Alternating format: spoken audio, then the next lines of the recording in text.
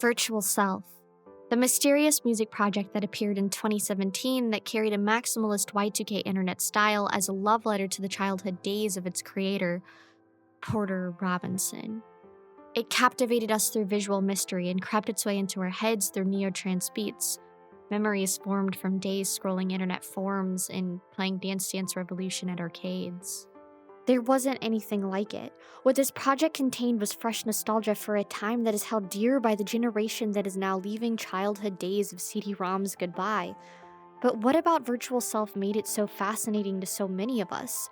What inspired it? Is there a story, and what does it mean? November of 2017, the self-titled Virtual Self EP dropped with 5 tracks. There was 2 prominent figures on the promotional art, known as Path Selector and Technic Angel. Technic Angel is the creator of the songs Eon Break, Particle Arts, and Key, while Path Selector wrote Ghost Voices, AI Angel Become God, and the additional song Angel Voices, which released the following year in July. But these are more than just characters. They have genuine identities, including social media accounts like Twitter, Instagram, and YouTube. But there's also a mysterious internet forum. The website titled virtualself.life contains posts all made by the user titled Self, likely implying the collective title for both Path Selector and Technic Angel. The posts are all cryptic messages, containing phrases like, "As the sacred dust transpires to digital time, what will you become?" And if you click on any of these messages, you see a long list of more cryptic posts dated anywhere from the year 2003 till 2017. Hidden in these messages were coordinates. These were clues to locations of where the Virtual Self live sets would be performed, an intriguing way to add a sense of mystery to something as simple as announcing tour dates. But the mystery didn't stop there. Hidden in the source code of the Virtual Self official website was this. And in Technic Angel's YouTube account, you'll find this 360 video titled Angel, Angel, Angel, Angel, Angel.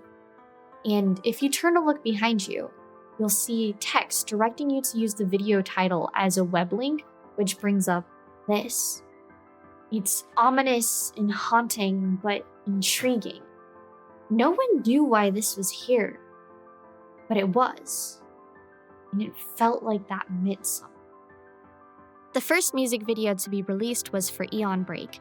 It was filled with the same cryptic text as the virtualself.life form, and a mysterious object that looks like a giant crystal piercing through a magic gate of some sort. The visual themes seen here are all things that get carried on to the next videos, where they start to earn their own identities.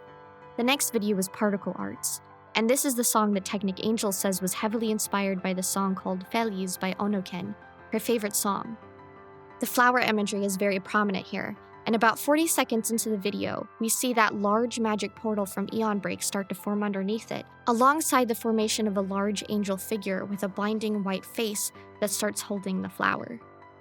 Throughout the video, we see the flower is kept inside something similar to a laboratory, where lots of pop-up descriptions seem to display analysis information near the flower.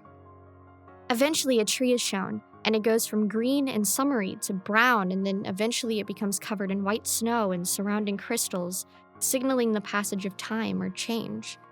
Then particle shards all come together into a single crystal, which centers itself on the magic portal, seemingly unlocks it like a key.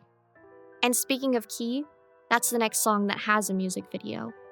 While this video discludes the flower symbolism of Eon Break, it hyper-focuses on crystal imagery, which grounds the belief that the crystal in the last video was, in fact, the key that reacted to the gate.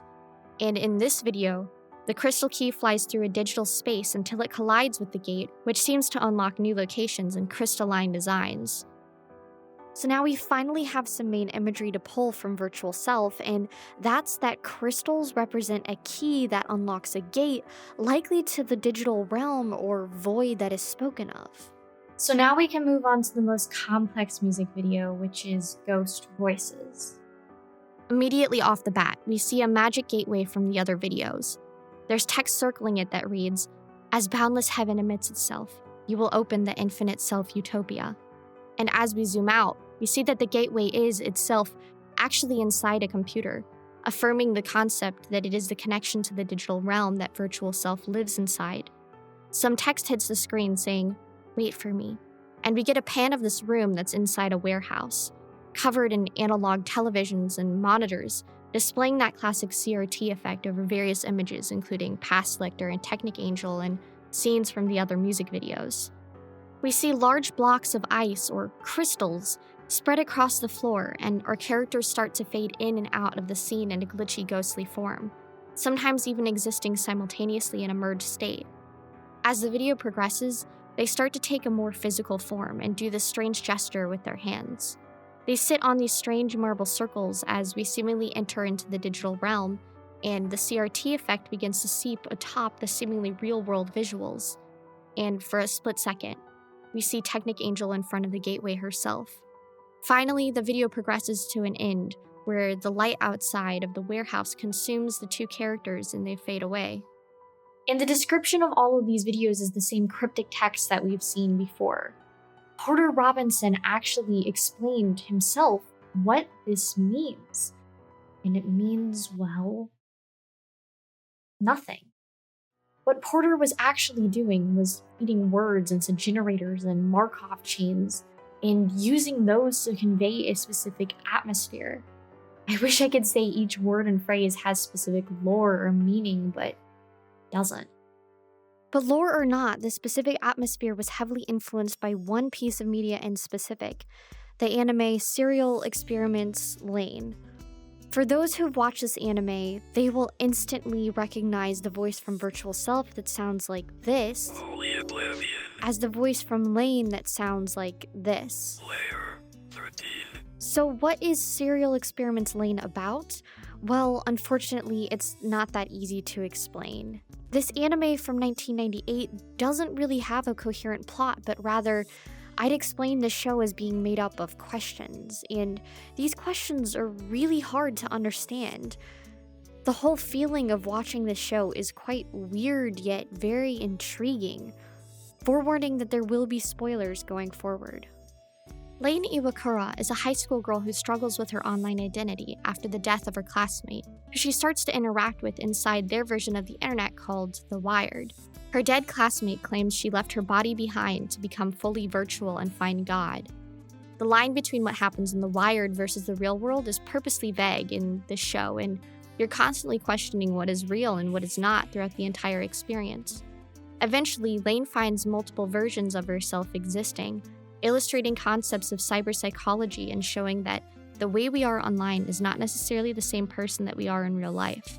Skipping ahead, after a lot of confusing identity questions are presented, Lane actually realizes that she has complete control over her own reality and can not only exist in it, but manipulate it to her will, becoming God. Obviously, there's a lot to unpack here, and we can already see how these ideas directly relate to those of Virtual Self. The imagery comparisons are strong, especially those of ghost voices. This anime is one of the big influences that Porter Robinson took from the year 2000 and internalized. He called the era worthwhile and beautiful, bringing light to those memories that he holds so dear. Things like The Matrix, DeviantArt, forum signatures, and rhythm game backgrounds were all clear visual influences in this project.